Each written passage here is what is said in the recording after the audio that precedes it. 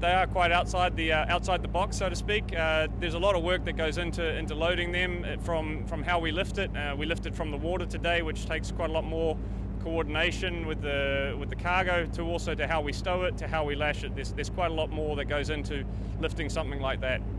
These boats are very new. It's a new class and it's a development class. The computer tools these days are quite accurate, and so you can almost jump generations, whereas before you needed to try it and then the next generation you'd do it for the next cup.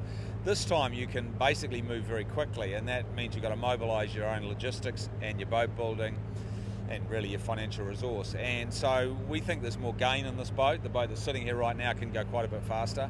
And so right now there's a lot of stuff being built in Auckland that hopefully will be on time, I'm sure it will, into San Francisco. So by the time we go sailing, we should be a better boater altogether. Well, the wing's one of the big changes to the class this time. So you still have sails, a jib and a jenica, but instead of a mainsail or the back sail, you have a full wing, which is much more aerodynamically efficient, something like 30% more efficient than a normal sail. And it's the most visual thing on the boat.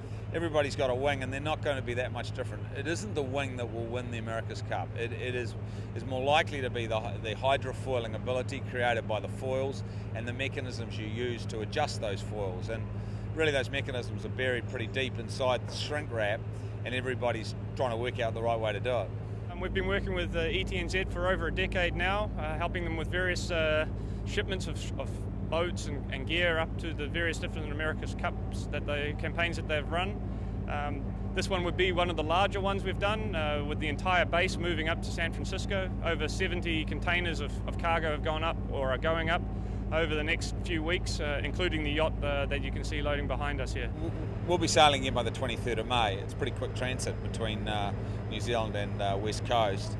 But the guys are already en masse there, setting up a base. A lot of containers on our wharf. We have to put this boat back together, and we're all there by the 15th. San Francisco is basically a sea breeze place, not unlike Perth in that respect. The speeds that you'll get up around the Golden Gate and down towards Alcatraz are in the 40 knots plus a lot of the time.